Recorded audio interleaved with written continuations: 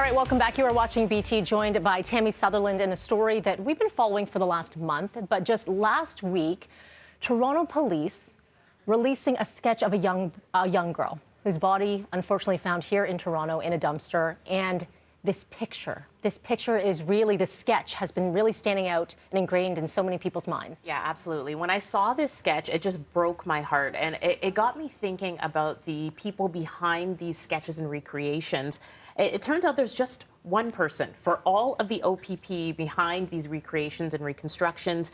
His name is Duncan Way. He is a 23-year police vet, but he is also the identification constable for the OPP full-time. This is exclusively what he does, and he's been doing it since 2015. His job is to give the nameless a name, really.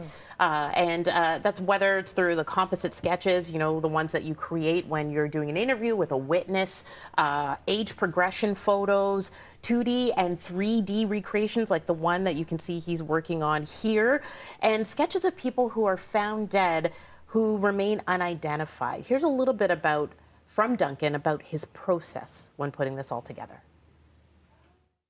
I like to be as unbiased as possible, so as far as imagery or that kind of thing. So I usually have some information from the crime scene, whether that be actual written information, always some photos. I have, unfortunately, autopsy, post-mortem photos that I work from. Sometimes I'll go down to the Ontario Forensic Pathology Service myself and take photos or examine the remains if I can. We've got a great partner. The OPP has a great partnership with the Ontario Forensic Pathology Service in Toronto. So I work closely with the people there, and we kind of share a lot of information. And that is inclusive of pathology reports, anthropology reports, and the people there are committed to doing this kind of work every day. Wow, it's an understatement to say his job is extremely complicated, considering all the factors that come into play. But also, you know, we see as the public and through the media just one photo, but that process takes some time. It takes some time, especially when it comes to some of those 3D recreations that they make of faces. Those can take, he said, some of the ones that he's done take 60 to 80 hours to kind of work from some of the remains and build up, you know, a kind of composite or a likeness at least of the person that they're looking to identify. It's interesting, he talked about those anthropology reports. So he works closely with an anthropologist who will talk about the person's age, their approximate race, as well as just some features that can help them, sex as well, to help them try to figure out who this person is. And he stresses that those images he creates,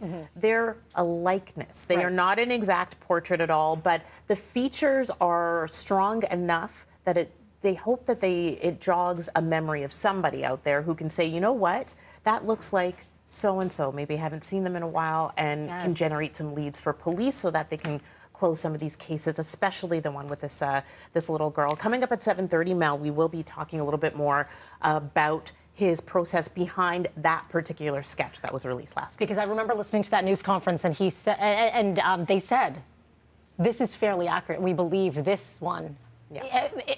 In going through that process, which, as difficult as it is, they feel confident in that sketch. So it's interesting to hear that. Tammy, thank you so much for that. We'll talk to you again at 7:30. And still with the force now, it was just last week that Toronto police released the sketch of a young girl. This after she was tragically found dead in a Toronto dumpster. It's a horrible story. I want to bring in our Tammy Sutherland here because she had the chance to speak to the man behind that sketch, as well as many more unsolved cases, Tammy, and you're learning a lot here. Yeah, that's right. His name is Duncan Way. He is the identification constable for the OPP and has been doing this for the provincial police since 2015 full time. He's a 23-year police veteran who's had this unique opportunity to combine his policing career with his skill when it comes to art. Now, Way does composite sketches, 3D and 2D reconstructions using photos. He often has to sketch, though, people who are found dead who remain unidentified. unidentified, and he uses sometimes 3D prints of skeletal remains, autopsy reports, and anthropology reports that help him determine a person's age, race, and sex. And when it comes to the sketch of that little girl found in Rosedale, he tells us that he used photos and created that sketch only using a paper and a pencil. It's subjective when you get to that, you know, those little features and details of the skin and that kind of thing. But the main structure of the face will be very, very close. We did have some information at the scene about her hair and possible hairstyles, and so I think we've captured that pretty well. But again, it really is a tool to help sort of create investigative leads, and we're hoping that likeness and public awareness will bring someone to have a memory that just is, you know, something seemed a little off, or they knew someone that looked like her and she just sort of disappeared, and maybe they'll contact the Toronto police in this case and help them with that. Now, Way says it took him about 6 to 7 hours to complete that sketch. He worked very quickly but thoroughly in order to get that out as soon as possible, considering this case is very timely with her body just being found last month. And coming up later on City News at 5 and 6, of course, we'll have a full wrap on his process and just what he does in order to create some of these reconstructions. It's pretty fascinating, Mel.